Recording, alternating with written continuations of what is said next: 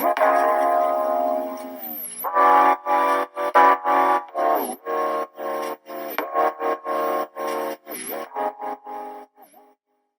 everyone, and welcome back to the Studio 204 podcast. Thank you so much for coming back, or if this is your first time joining us, then hello, I'm your host Alicia Jones, and I really hope that you enjoyed today's episode and maybe even stick around for some more. Today we are joined with Beth Sargent, who is a 2019 graduate from the Fashion Marketing and Communication course at the University of Chester.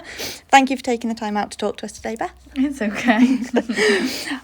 Throughout this podcast, Beth is going to be answering some questions about her time at the university and telling us what life has been like since graduating and going into industry job roles. So, Beth, would you like to start off by telling us a little bit more about yourself and what it is that you do? Okay, so I was going to say my name's Beth.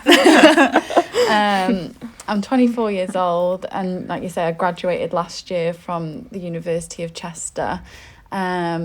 I currently work for a jewellery company called DCK as a merchandiser.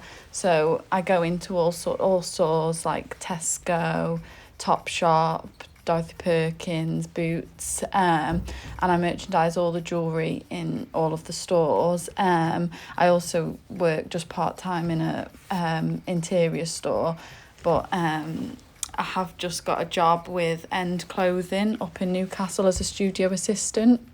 So I'll be prepping all the clothes ready for shoots, and uploading it all onto the website basically. It's also exciting. Mm-hmm.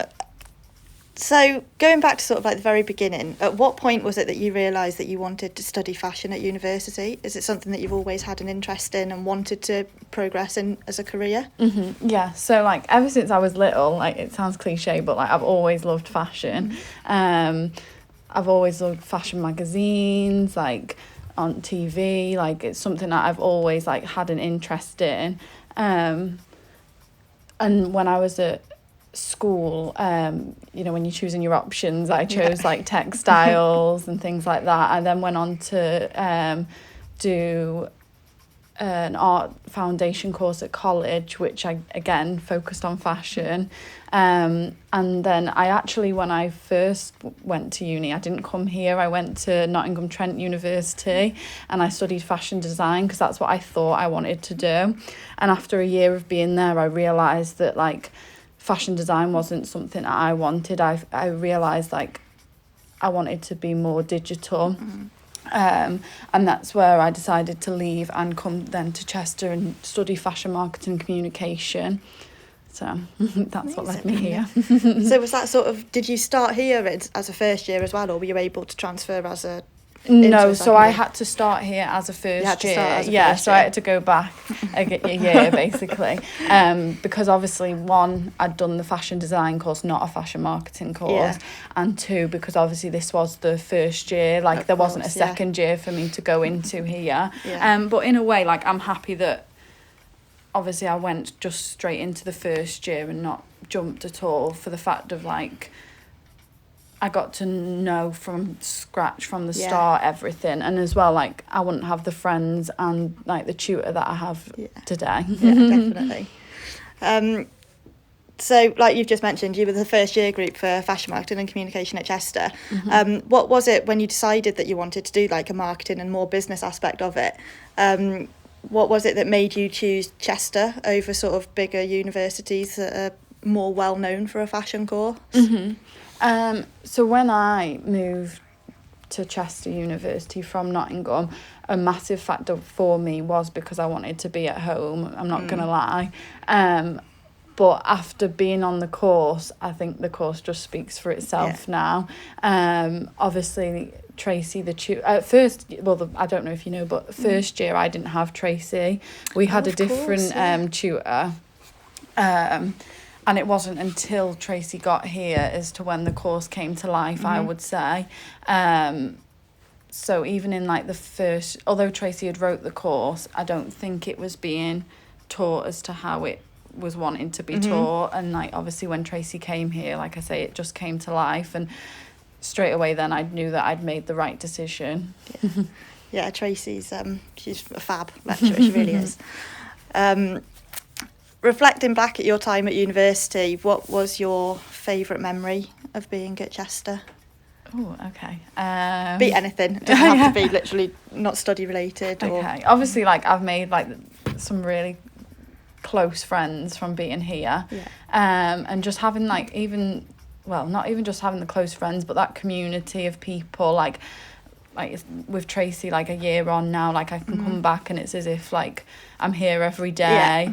And just knowing that, like, regardless where you are in life, that you can just pick up the phone and give her a call and be like, look, this is what I'm thinking of where I'm going to, as like, for example, with my new job, like she was one of the first people I told. So it is like that community here at Chester, which I don't think, well, I know for a fact you don't have at other universities. After being at Nottingham Trent, I was literally just a number there. Yeah. I remember being there and I'd wrote on like a board a slot time for just to see a tutor one-to-one, and I sat and waited for over 2 hours like after my time slot, and there was I kept going around like, are they ready to see me? And they were like, no, just sit and wait. And in the end, like, it got to I don't know what time and I just had to go home. So it's just having that like accessibility of having the one-to-one, like you don't realise until you've been to somewhere like that you're not just a number here, you are a person. I think some people sometimes look at the course and think that because it's like smaller numbers in terms of how many people are on the course, that some people think it's a bit of a hindrance, but I think it's so good because you have that extra one-on-one time, and obviously Tracy's got her open door policy where she'll literally be there every second of the day. I feel like you could probably ring Tracy at 3 a.m. and she'd answer her phone. So I think with all of us there was some of them calls. Definitely, like you say, it is that having that person there for you. It does as well. Not only the course sells itself, but that, I think, like you say, I don't think people realise it until you've been to another university where you don't have it. Yeah, I suppose it's been interesting for you to actually have been somewhere else and seen firsthand what it's like being in a space that's so different to this one. Yeah, and not only that, there's like so many in other universities, like foreign students, and a lot of the time, obviously, they've never even took fashion at all, so like they take up most of the time because they're even teaching them how to like thread a sewing machine, which is something that we obviously got taught in high school. Yeah, of course. So a lot of the time, like, you were thrown back to like being in high school, which is mad considering you're in a university, whereas like here, with it having that more one-to-one, like Tracy can like apply it to each person separately depending on what your strengths and weaknesses are. Yeah, no, definitely. What was the most valuable lesson that you think you took away from coming to study this course at university? Any sort of particular modules that have stuck with you throughout leaving? Brand me, definitely. You learn a lot about yourself. Yeah, it's mad how much you learn about yourself. It's like going through therapy. It actually is. Yeah, it is mad. I'm just looking at all your brand me's now. I know. Everyone's so different. It's like, even looking at your walls now, it's so different, mad to see how different everyone is. And that's exactly like last year when ours were all up on the wall, how it was, like how different we all are. And you don't realise, because like, although like they're your best friends or close friends and stuff like that, you think, oh, with us being so close, we're probably very similar, but you really were. No. Yeah, it's mad. But not only that, like, I think for me, something that I took away from this course is that you can't expect it to just happen. Like, you need to work at it yourself, and that was something that I was definitely like a blind eye to sometimes. Especially leaving university, I think. Not straight away, I maybe jumped at the chance of applying for jobs because I was like happy in the one that I was in, but like I've soon realised like afterwards that no, I have to take it upon myself. Like, a job's not going to come to me. You've got to go out there and get it. What's been one of your hardest challenges sort of throughout university or even throughout working in industry? Sort of how do you keep yourself motivated to keep persevering and keep pushing forward? I would say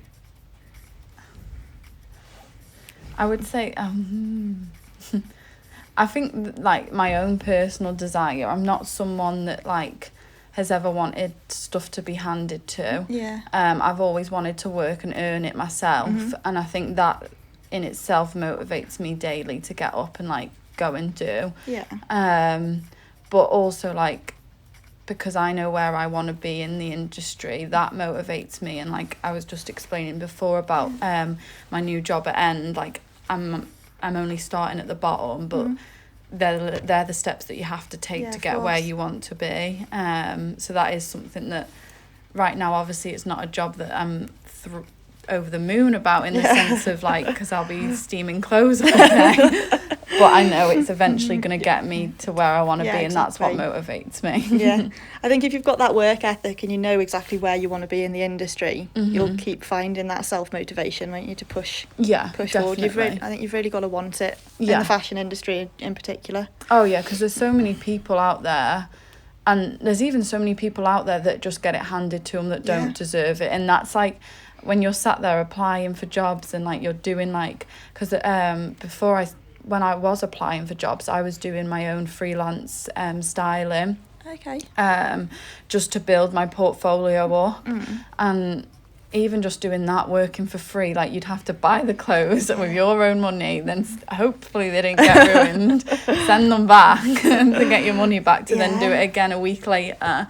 And then other people who probably not just at like university, but other friends like on other things, like on other courses and stuff, like have just been more handed a job, and you're like, oh, and there's you working. But I definitely say don't give up just because that's the case. I think it's so much more rewarding as well. If you don't get me wrong, it's probably lovely for the people that do get it handed to them, but I think it is so much more rewarding to actually put in the hard work, get to the end, see what you've done, and then get like that result at the end of it with what you're offered from industry job roles and things. Yeah, definitely.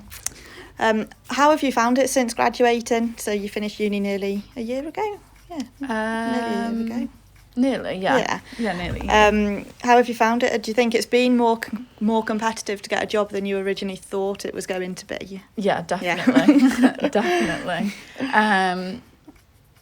Yeah, like as I was saying before, like I've had to work for free a lot of the time, just on photo shoots and helping out with people. Like I went and worked for the company that I'm now going to work with for free, like, and I had to pay for all my accommodation up there, which isn't cheap, like not just only for me, but like for anyone that goes and does it, it's not cheap at all, and it all comes out of your money at the end of the day. So like, sorry, what was the question? I tend to ramble. It's fine. So how's it been since graduating? Has it been more competitive to get a job than you thought it would be? And like, gosh, it's like you say, it's been nearly a year on, and I'm only now like finding my feet in a position, which I never thought would happen. I literally thought I'd come out of uni and maybe a month or two off, and then I'd be right into a job, but it just doesn't happen like that. And I can't like express enough to anyone like in years that are in uni now to like even in your second year be applying for jobs. Like it's mad, because like they're gonna, if they like you, they will wait for you. That's it, isn't it? Yeah. I need to take that advice on. I finish in 3 months and I've not graduated for any yet. Yeah, no, I would 100% do it now.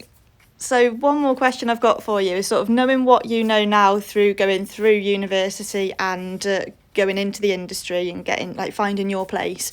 What's one piece of advice that you would give to any students who are wanting to take on like a sort of a fashion marketing course and go into work in the fashion industry?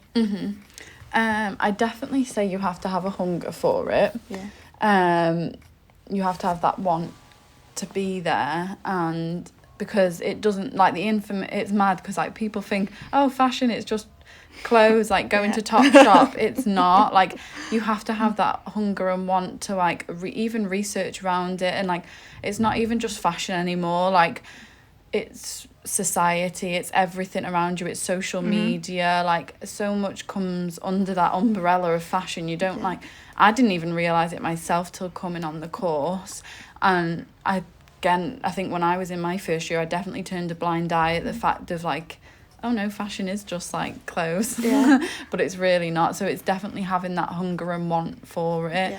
Yeah. And not just giving up like at the first hurdle, because the amount of like, when applying for jobs, the amount of rejection that you will get is like ridiculous. Yeah. But again, keeping in that theme of like that hunger and want is not feeling rejected of when you are rejected. Yeah. You've got to be thick-skinned with it, haven't you? Oh, I think, and just definitely. keep pushing through and knowing that eventually, if you keep applying and keep pushing, that it will eventually happen. Yeah, because even when I went and worked at End for work experience, I did like, they got me to do a bit of styling, and gave me, because End is a brand that holds designer brands under it basically, so they gave me like brands like Nike, Alexander McQueen, Amy Leon Dore, like all sorts of brands, but I had to pair them with other brands, and that's like, obviously you're not going to pair Nike with